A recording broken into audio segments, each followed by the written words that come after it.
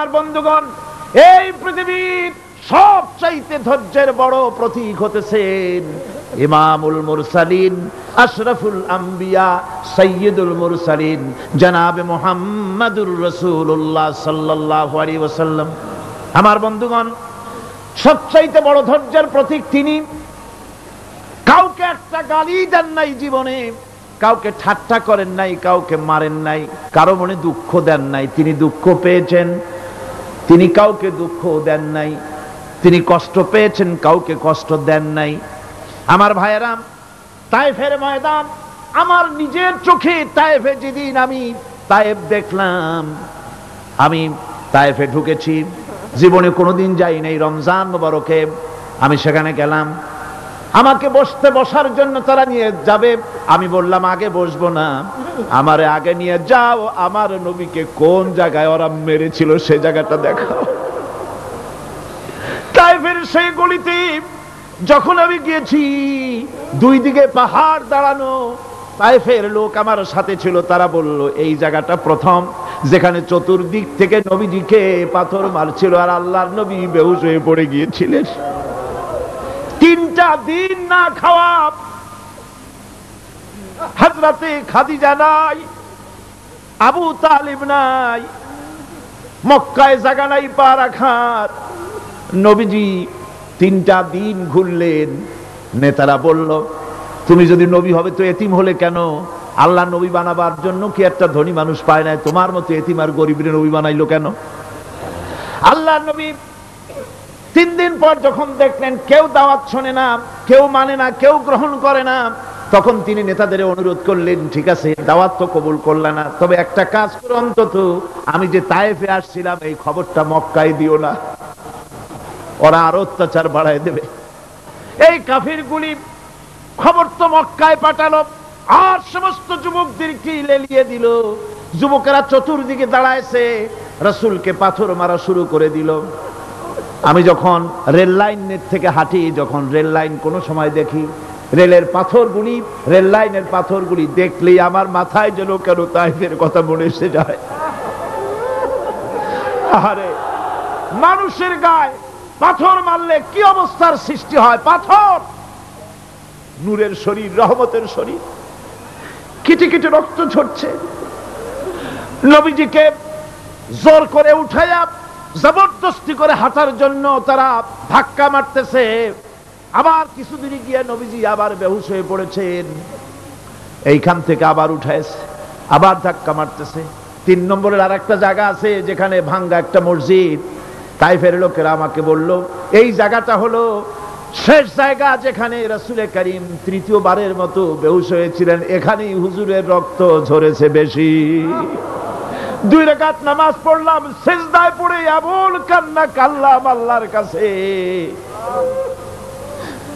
নবীজি যখন হুশ এসেছে, হযরতে জিবরাইল বলেন, ইয়া রাসূলুল্লাহ, আপনার এই কষ্ট দেখে ফেরেশতারা কাঁদতেছে, আপনি অনুমতি দিয়ে দেন এই 2 পাহাড়কে মিলাইয়া সমস্ত তায়েফবাসী কাফেরগুলি মাটির সাথে মিশাইয়া দেই।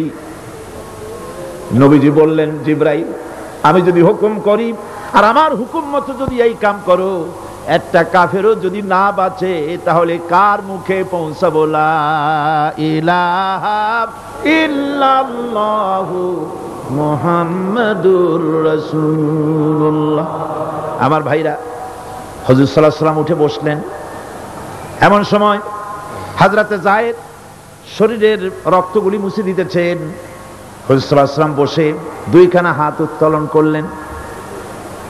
নবীজির চোখ থেকে পানি গড়ায় পড়তেছে। আরে কেউ নাই, আল্লাহ ছাড়া কেউ নাই সাহায্য করার।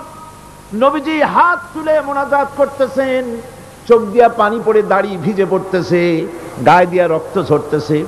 নবীজি কি দোয়াটা করলেন? বদদোয়া করলেন না, গজব দিতে বললেন না। নবীজি দোয়া করলেন, রব্বুল আলামিন, এই তায়েফের লোকেরা আজকে আমার সাথে যে ব্যবহারটা করেছে, ওরা বোঝে নাই যে আমি তোমার নবী, ওরা বোঝে নাই যে আমি তোমার রাসূল, না বুঝে আমার উপরে যে অত্যাচারটা করলো, আল্লাহ তুমি এই জন্য রাগ করে এই তায়েফে তুমি গজব দিও না। আল্লাহ পাক পরবর্তী সময় হুজুরকে স্মরণ করাই দিলেন, ওয়া মা আরসালনাকা ইল্লা রাহমাতাল লিল আলামিন। ও নবী, আপনি হচ্ছেন আমার সমস্ত সৃষ্টি জগতের জন্য আপনি আমার রহমত, আমার গোটা বিশ্বের জন্য আপনার, আমার সৃষ্টি জগতের জন্য আপনি আমার করুণা।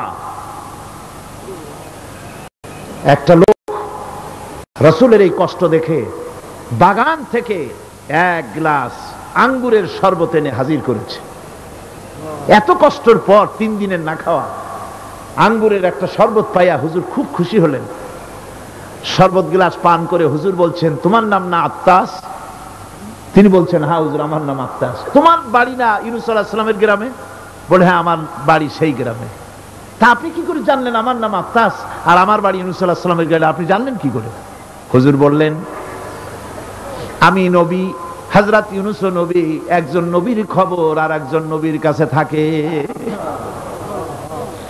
রাসূল করিম সাল্লাল্লাহু আলাইহি ওয়াসাল্লাম সবর ইখতিয়ার করেছিলেন, ধৈর্য অবলম্বন করেছিলেন, আর আল্লাহ পাক তাকে নির্দেশ করেছেন, সবর করো। ওয়াত্তাবি' মা ইউহা ইলাইকা ওয়াসবির হাত্তা ইয়াহকুমাল্লাহ। তুমি কেবল সেই জিনিসের অনুসরণ করো যা আমি তোমার প্রতি অবতীর্ণ করেছি। আমি আপনার উপরে যেটা অবতীর্ণ করেছি ওটার অনুসরণ করুন, আর সবর ইখতিয়ার করুন যতক্ষণ না আল্লাহর পক্ষ থেকে চূড়ান্ত ফয়সালা না আসে। ধৈর্য ধরুন, ধৈর্য ধরুন। আমার ভাইরা, কাফেরদের নির্যাতনের মোকাবেলায় আল্লাহ পাক তার হাবিবকে সান্ত্বনা দিয়েছেন। যখন কাফেররা নির্যাতন করতেছে, হারে হযরতে বেলাল নির্যাতিত, হযরতে সুমাইয়া নির্যাতিতা, হযরতে খাব্বাব, হযরতে খুবাইব, হযরতে আম্মার রিদওয়ানুল্লাহি তাআলা আলাইহিম আজমাইন, এত মার হতেছে। হযরতে ওমর হযরতে খাব্বাব রাদিয়াল্লাহু তাআলা আনহুকে খোলা গায়ে দেখে বলছিলেন, খাব্বাব রে, তোমার পিঠে এত গর্ত কেন? এত গর্তওয়ালা পিঠ তো আমি মানুষের দেখি নাই, এত চিকুন কোমরওয়ালা মানুষও তো দেখি নাই। তিনি বলেছেন, ওমর তুমি কি ভুলে গেছো? ইসলাম কবুল করার অপরাধী কাফির বেঈমানেরা আগুন জ্বালায়া আংটা আগুনের উপরে আমাকে চিৎ করে শোয়াছে। আমি যেন নড়াচড়া করতে না পারি সেজন্য আমার বুকের উপরে পাথর চাপা দিয়ে রেখেছিল। গায়ের চর্বি আর রক্ত গলে গলে পড়ে আগুন নিবেছে, আর আগুন গোশত পুড়ে যে পিঠের মধ্যে প্রবেশ করেছিল আজও পর্যন্ত পিঠের সেই গর্ত সেরে যায় নাই। এভাবে অত্যাচার হচ্ছিল সাহাবীদের উপরে। আল্লাহ রাব্বুল আলামিন তার হাবিবকে সান্ত্বনা দিলেন, ওয়াসবির ওয়া মা সাবরুকা ইল্লা বিল্লাহি ওয়া লা তাহজান আলাইহিম ওয়া লা তাকু ফি যায়কিম মিম্মা ইয়ামকুরুন। হে রাসূল, সবরের সাথে কাজ করতে থাকুন। আপনার এই সবরের তৌফিক তো আল্লাহই দিয়েছেন, আর ওদের সমস্ত ষড়যন্ত্র, ওদের অপকৌশলে আপনি দুঃখিত হবেন না, চিন্তা করবেন না, ভারাক্রান্ত হবেন না। আপনি নিশ্চিত থাকুন। ওয়াসবির লিহুকমি রাব্বিকা ফাইন্নাকা বিআয়ুনিনা। হে নবী, আপনার রবের চূড়ান্ত ফয়সালা আসা পর্যন্ত ধৈর্য ধারণ করুন। আপনি তো আমার চোখের সামনে। সুবহানাল্লাহ, সুবহানাল্লাহ। আপনি আমার চোখের সামনে। কে আপনাকে কি করবে আমি দেখব না? সুবহানাল্লাহ। মন্ত্রী যদি, এই সলিমুদ্দিন মার্কা মন্ত্রী যত আছে, এই মন্ত্রীরা যদি কয় বেটা তোর ভয় কিসে, আমি তোকে দেখছি না, সাহসটা কেমন বাড়ে, কেমন বাড়ে সাহস। আর এ কোনো মন্ত্রী ছাতা মাথা না, কোন প্রেসিডেন্ট রাজা বাদশা না, আকাশ আর জমিনের মালিক আমার আল্লাহ রাব্বুল আলামিন বলছেন, হাবিব কোন চিন্তা নাই, আপনি আমার চোখের সামনে।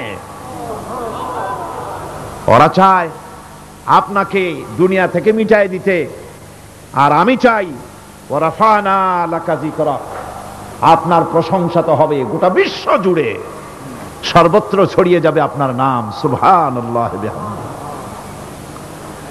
আল্লাহ পাক অন্যত্র বলেছেন, ওয়ালাকাদ কুযযিবাত রুসুলুম মিন ক্বাবলিকা ফাসাবারু আলা মা কুযযিবু ওয়া উযু হাত্তা আতাহুম নাসরুনা। হে মুহাম্মদ সাল্লাল্লাহু আলাইহি ওয়াসাল্লাম, আপনার পূর্বে অসংখ্য নবী রাসূল এই পৃথিবীতে আসছে এবং জুলুম আর নির্যাতনের শিকার তারা হয়েছেন। অবশেষে তাদের প্রতি আল্লাহর সাহায্য এসেছে। সুতরাং আপনাকেও ধৈর্য ধারণ করতে হবে। ধৈর্য ছাড়া কোনো পথ নাই। ধৈর্য আপনাকে ধারণ করতেই হবে। আর এই ধৈর্য ধারণ করলে পরে আল্লাহর চূড়ান্ত ফয়সালা আসবে, তখন আল্লাহ পাক মেহেরবানি করবেন। আমার ভাইয়েরা, এই ধৈর্য পৃথিবীর সমস্ত পয়গম্বররা ধৈর্য অবলম্বন করেছেন, কখনো অধৈর্য হন নাই। দিন কায়েমের সংগ্রামে নবী রাসূলগণ দারুণ ভাবে সবর ইখতিয়ার করেছেন। বৃদ্ধবাদীদের সকল রকমের নির্যাতন, অপকৌশল, ষড়যন্ত্র, এই সব কিছু মোকাবেলা করেছেন ধৈর্যের নীতি অবলম্বন করি। কখনো ধৈর্যচ্যুতি তাদের মধ্যে ঘটেনি, বরং আল্লাহ রাব্বুল আলামিন তাদের প্রতি সন্তুষ্ট হয়েছেন। যারা এই ধৈর্য ধরেছে তাদের উপরে সন্তুষ্ট হয়ে আল্লাহ রাব্বুল আলামিন বলেছেন, ওয়া কাআইয়্যিম মিন নাবিয়্যিন কাতালা মাআহু রিব্বিয়ুনা কাসীর। এর আগে অনেক নবী এসেছিলেন যাদের সাথে বহু আল্লাহওয়ালা লোক লড়াই করেছেন। ফামা ওয়াহানু লিমা আসাবাহুম ফি সাবিলিল্লাহি ওয়ামা যাআফু ওয়ামা ইসতাকানু। আল্লাহর পথে তাদের উপর যত বিপদ এসেছিল তারা হতাশ হয়ে পড়েন নাই, দুর্বলতা দেখাননি, বাতিলের সামনে মাথাও নত করেন। ওয়াল্লাহু ইউহিব্বুস সাবিরিন। আর আল্লাহ পাক ধৈর্যশীল যারা, তাদেরকে আল্লাহ পাক ভালোবাসেন। আমার ভাইরা, ধৈর্যের পরিচয় রাসূল করিম সাল্লাল্লাহু আলাইহি ওয়াসাল্লাম ওহদের ময়দানে যখন আক্রান্ত হয়ে গেলেন, চতুর্দিকে কাফেররা ঘিরে ধরেছে, বাঁচার কোনো পথ নাই। সাহাবায়ে কেরাম রাসূলকে পাহারা দিলেন। যারা রাসূলকে পাহারা দিতে দাঁড়ায়ছেন, জীবন দিয়া পাহারা দিতে দাঁড়ায় গেছে, রাসূলের দিকে মুখ দিয়া, পিঠটা বাইরের দিকে দিয়ে রাসূলকে পাহারা দেওয়া শুরু করেছেন। হুজুরকে পাহারা দিতে যারা দাঁড়িয়েছিলেন, কাফের কর্তৃক নিক্ষিপ্ত কি তীরগুলি এসে যখন বিঁধতেছিল, শুধু একজন সাহাবী হযরত তালহার পিঠের ভিতরে রাসূলকে হেফাজতের জন্য 80টা তীর একজনের পিঠের মধ্যে গিয়ে ঢুকেছে। এক অসতর্ক মুহূর্তে নবীজির দান্দান মোবারক শহীদ হয়ে গেল, শিরস্ত্রাণ ভেঙে গেল, লোহার কড়া প্রবিষ্ট হয়ে গেল কপালের ভিতরে। হুজুর মাথা ঘুরে পড়ে গেলেন। হযরত আবু উবাইদা রাদিয়াল্লাহু তাআলা আনহু হুজুরের মস্তক মোবারককে কোলে করে নিয়ে তারপরে বহু কষ্ট করে মাথা থেকে লোহার কড়া বের করলেন। এবার ওই কড়ার ছিদ্র দিয়ে রক্ত আসতেছে, মুখ দিয়ে রক্ত পড়তেছে, দাড়ি ভিজে যাচ্ছে। বুখারী শরীফে এসেছে, আল্লাহর নবী দুইখানা হাত নিজের চেহারার উপরে মলে আনে টাটকা রক্ত চোখের সামনে দেখে বলছেন, আহারে, এই কওমের ফালাক কি করে হবে, এই কওমের মুক্তি কি করে হবে, এই কওমের নাজাত কি করে হবে, যে কওম তার নবীর চেহারা রক্ত দিয়ে লাল বানাইয়া দিল। নবীজি বললেন, আল্লাহুম্মা গফিরলি কওমি ফাইন্নাহুম লা ইয়ালামুন। আয় আল্লাহ পাক, আমার এই কওম বুঝতে পারে না, ওদেরকে মাফ করে দাও। খবর ছড়িয়ে গেল নবীজি শহীদ হয়ে গিয়েছেন। খবর ছড়িয়ে গেল চতুর্দিকে, মদিনায় খবর ছড়িয়ে গেল। মানুষ পাগলের মতো দৌড়ানো শুরু করে দিল। এক মেয়ে লোক দৌড়াচ্ছে ওহদের দিকে। কয়েকজন সাহাবীর সঙ্গে দেখা, তারা জিজ্ঞেস করলেন, দৌড়াও কেন মহিলা, যাও কই?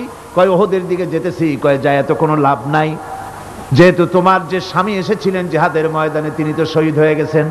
মহিলা বলতেছে, কে শহীদ হয়েছে শুনতে চাই না, আগে বলো নবীজি কেমন আছে। আবার কিছুক্ষণ পর আর কয়েকজনের সঙ্গে দেখা, তারা বলছে, মেয়ে লোক দৌড়াও কই? যাচ্ছি ওহদের দিকে। তারা বলছেন যে কোনো লাভ নাই, তোমার যে দুইটা কলিজার টুকরা সন্তান ওহদে এসেছিল দুটোই শহীদ হয়ে গেছে।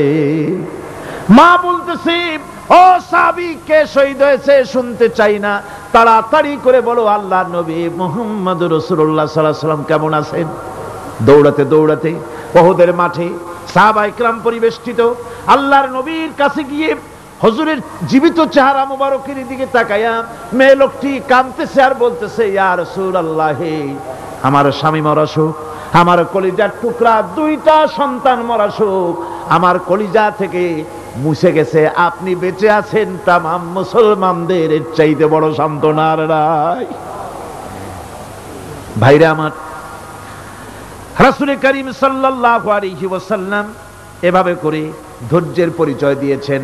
গালাগালি দেন নাই, রাগ করেন নাই, বদদোয়া করেন নাই। সুবহানাল্লাহ কোন, জোরে কোন সুবহানাল্লাহ।